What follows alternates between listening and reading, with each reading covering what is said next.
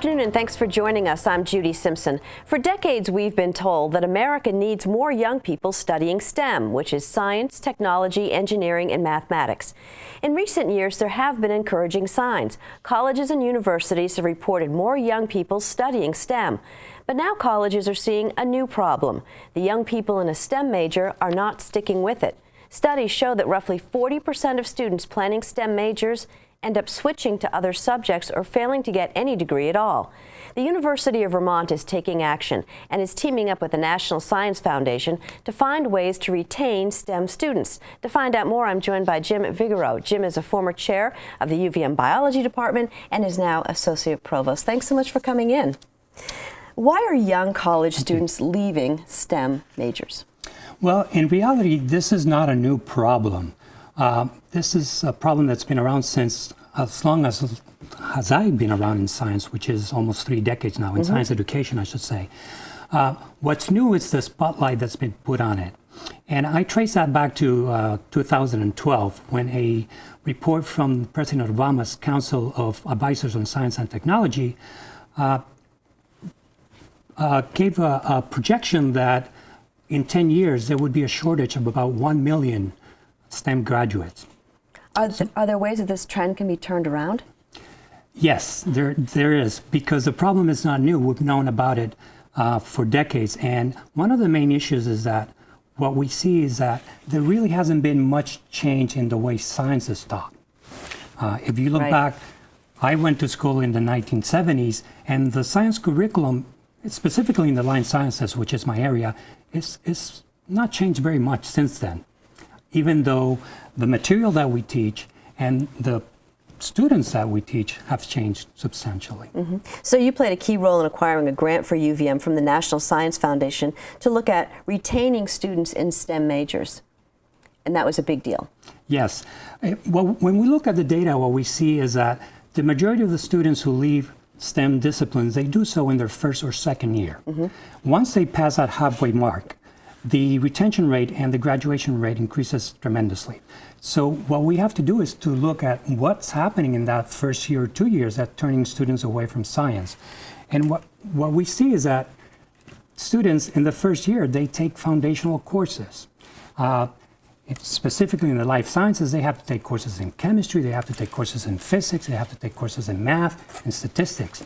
And they come into school thinking, I want to study biology because that's what I like. Why am I studying chemistry? Why am I studying math? And the main problem has been that we haven't been successful in helping them make the connection, in trying to make them understand how understanding math and learning chemistry and physics is important for life sciences education. So you created a course called BioFabLab, which starts with students designing their own experimental instruments. Let's take a look. A new class at the University of Vermont is giving first-year students a decidedly different kind of experience. We had to build this thing called a bioreactor for a rat lung because they're working on this thing where they're trying to resell different organs with so say I needed a lung transplant, they'd be able to take someone else's cells out of it and put mine into it. The students are working in groups to come up with solutions for a problem they were presented with in the beginning of the class. We've been assigned to provide an environment for plankton that they can eat algae. It's a biology class, but with a twist.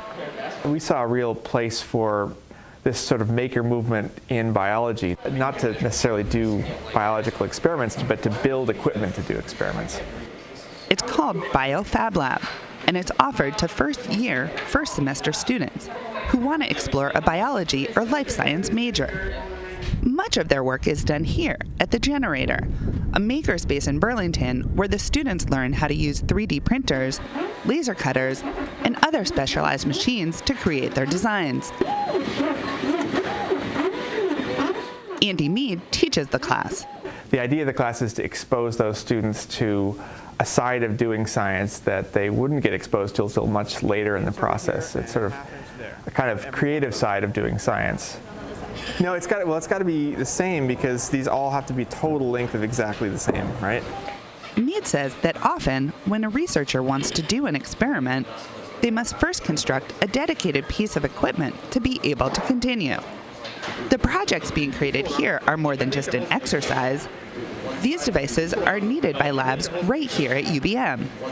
Right now, I've actually got an experiment going on where I'm looking at the impact of elevated temperature on the different life history stages of copepods. Lauren Ashlock is getting her PhD in biology. Her focus is evolutionary biology, specifically the tiny crustaceans called copepods that are stored in these bins. Ashlock realized that a new piece of equipment could help with her experiments.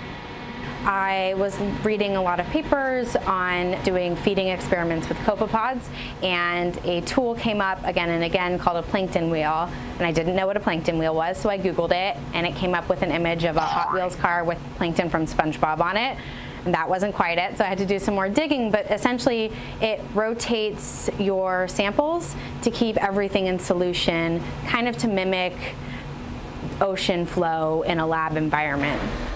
Ashlock knew that building this kind of machine would be a big undertaking, so when the opportunity to work with the BioFabLab class came up, she jumped on it. Time and resources are huge. It costs money for the materials, but also for the expertise in, laser cutting and 3D printing and all of these things that I'm certainly not an expert in. And having the students really take that on and, claim ownership over that project, I could see it got them very excited, but also for me, definitely reduced, the labor and, mental input that I had to put into doing something like that. So I was able to continue with the research I'm doing now, knowing that they're making this awesome tool for me to do an experiment in the future. Building a piece of working machinery is a daunting task, especially for students who are still undecided about their future in science. At first, I even left the class because it seemed like so much work, but then I ended up coming back the same day. I went to the advising center and got switched back into it because I was actually kind of excited to see where the project that we were building would possibly go. The early part of the semester is spent learning how to brainstorm and coming up with as many ideas as possible. One of the keys of brainstorming is that you don't eliminate any ideas at first, during the first pass. You write down everything you can possibly think of, as silly as it might be. Because even silly ideas might have some good idea hiding behind them. Even things that might just seem like a pipe dream at first could actually be useful later on. So honestly, it's not just for this. That's definitely a useful skill that can be used throughout in pretty much any subject where you have to use critical thinking skills, where you have to really think on your own without the help from others. The class is funded by a 2-year grant from the National Science Foundation, or NSF. That group is interested in whether this hands-on approach will attract more students to science-based fields. There are two aims of the grant. One is to identify aspects of the maker movement that work really well for students to learn basic concepts, and the other is to ask whether or not this approach increases attraction to and retention in life sciences. For UVM, one goal is to use information gathered from the students to better serve those who are thinking about a future in science. It's really kind of changed my experience, how I think about designing things in college so far. It's definitely made me rethink about my major. I love physics and I think it's a really cool path, but the reason I value mechanical engineering more is because it's so much broader, and I could be doing something with biology, or I could be doing something in the medical field, I could be doing something with space, and that's kind of what I like about it. It's a new opportunity for UVM students to get creative close to home. In Burlington, I'm Rebecca Gullen with Across the Fence. Thanks, Rebecca. I'm in the studio now with UVM Associate Provost Jim Vigoro. So everything that we saw on the video earlier has to do with sort of math and science, but English department also has a connection to this. Tell me about that. Well, the English department comes in because we've known for a long time that problem-solving learning really works. Students become engaged and they learn concepts when they're trying to solve a problem.